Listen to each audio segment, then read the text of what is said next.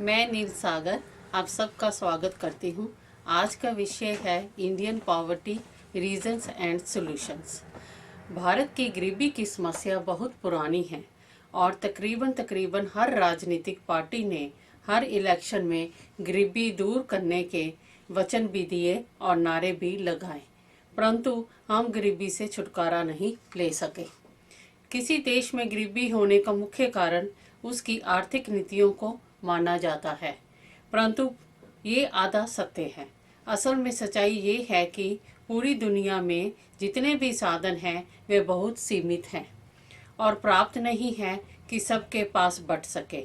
इसका मतलब ये हुआ कि किसी न किसी को कुदरती साधनों से वंचित रहना पड़ेगा और उसी को गरीबी की दशा समझा जाता है।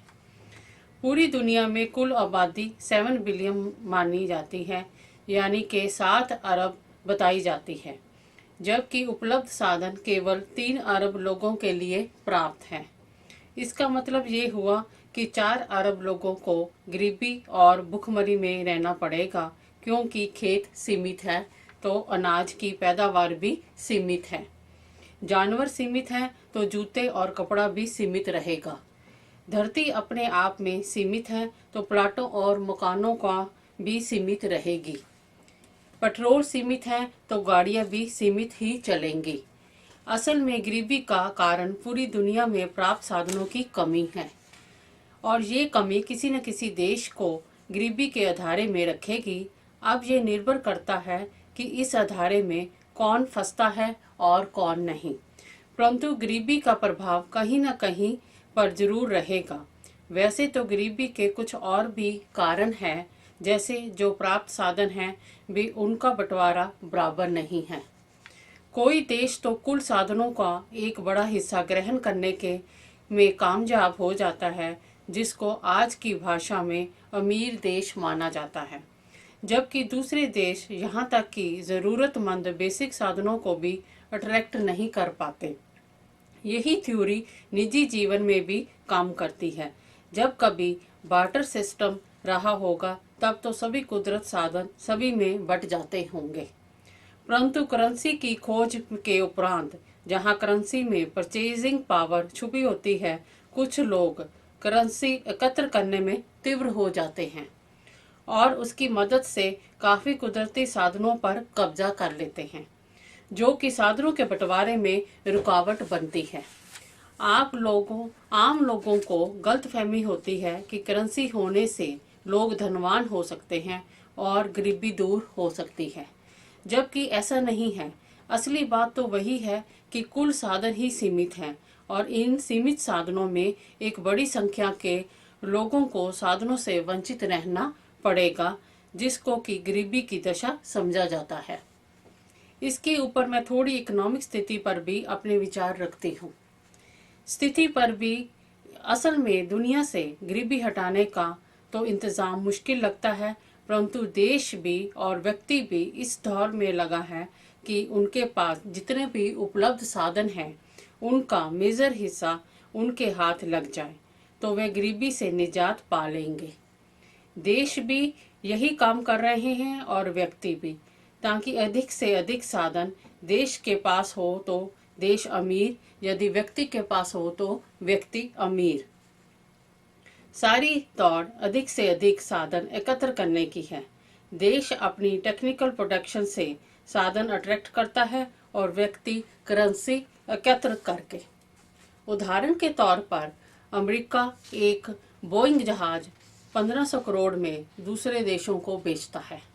अब आप अंदाज़ा लगा सकते हैं कि 1500 करोड़ रुपए में वह कितनी गाड़ियाँ, कितने जूते, कितने कपड़े और कितना अनाज खरीद सकता है। इसके अलावा उसके पास और भी हैवी इक्विपमेंट और स्पेस क्राफ्ट होंगे, जिनकी सेल से वह दुनिया के कुल कुदरती साधनों का एक मेजर हिस्सा अपनी कंट्री में एकत्र कर सकता है। इसी तरह व्यक्ति लेवल पर जिन्होंने बिजनेस से काफ़ी करेंसी इकट्ठी कर ली है, वे भी कुदरत के साधनों का बड़ा हिस्सा एकत्र करने में कामयाब हो जाते हैं। उदाहरण के तौर पर एक अमीर आदमी 25 एकड़ के प्लॉट पर अपना फार्म हाउस जैसा निवास बना लेता है, जबकि बड़ी संख्या के लोगों के लिए झुग्गी के लिए भी ज़मीन नहीं होती। अब मैं अपने थोड़े विचार इस बात पर रखूंगी कि दुनिया के कुदरती साधनों की उपज सीमित क्यों है। यदि कुल दुनिया से गरीबी हटानी है तो हमें कुदरती साधनों की उपज बढ़ानी पड़ेगी, ना कि करेंसी प्रिंट करने से और ना ही किसी इकोनॉमिक थ्योरी से ये समस्या हल हो सकती है। वैसे तो ये संभव नहीं लगता, पर किसी भी मैं अपनी बात रख कर देखती हूँ।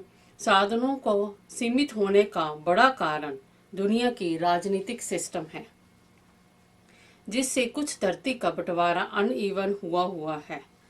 किसी छोटे देश के पास अथाह धरती है तो किसी बड़े देश के पास बहुत कम। उदाहरण के तौर पर ऑस्ट्रेलिया 2 करोड़ पॉपुलेशन के साथ भारत की 1 अरब पॉपुलेशन से 3 गुना बड़ा है। इस तरह धरती जहां से उपज ली जा सकती थी ऐसे कंट्रियों में बट गई है जिन्हें उपज की ज़रूरत ही नहीं। किसी देश के अंदर उपज की सीमित होने के कारण ये भी हो सकते हैं कि उपजाऊ भूमि का भिन्न प्रयोग या दुरुपयोग हुआ है। ऐसे तो और भी बहुत कारण हैं, परंतु अब मैं कुछ सॉल्यूशन के ऊपर बात करती हूँ। जैसे कि मैंने कहा है कि पूर्ण गरीबी सीमित साधनों की वजह से दूर नहीं हो सकती, मगर सीमित साधनों के सही बंटवारे से कम हो सकती है। दुनिया में जेनेवा कॉन्फ्रेंस जैसी एजेंसियां होनी चाहिए जो कि कुदरती साधनों के बंटवारे के ऊपर हर देश के ऊपर, चाहे वो कितना भी अमीर क्यों ना हो, एक लिमिट ठोके। दूसरा, देश के अंदर निजी व्यक्तियों के ऊपर कुदरती साधनों को एकत्र करने के ऊपर भी हर देश की आर्थिक स्थिति के मुताबिक एक लिमिट होनी चाहिए। मैं यहाँ पर लग्जरी आइटम की बात नहीं कर रही, मैं सिर्फ कुदरती साधनों की उपज की बात कर रही हूँ, जिसमें फूड, कपड़ा, मकान आदि शामिल है। तीसरा, जिन देशों के पास काफ़ी सरप्लस धरती है वे अपनी धरती खेती के लिए उन देशों को लीज करें जिनके पास खेती की कमी है। भारत जैसे देश को जहां आबादी बढ़ती जा रही है, उनको अपने महानगर ऐसे स्थानों में डेवलप करने चाहिए जो स्थान खेती के उपयुक्त ही नहीं, जैसे कि मरुस्थल आदि, ताकि खेती उपयुक्त धरती शहर की चपट में ना आए। अब पता नहीं मेरे सुझाव कितने वैलिड है कि नहीं, परंतु आज के दौर में तो यही दौर है देशों की और व्यक्तियों की कि अधिक से अधिक साधन एकत्र करें और अमीर बनो। इस दौर ने कुछ देश और कुछ लोग तो गरीबी से निजात ले लेंगे, पर पूरी दुनिया नहीं। ये प्रोसेस तो गरीबी एक देश से दूसरे देश और एक व्यक्ति से दूसरे व्यक्ति में शिफ्ट करने का है, ना कि गरीबी से निजात लेने का। धन्यवाद।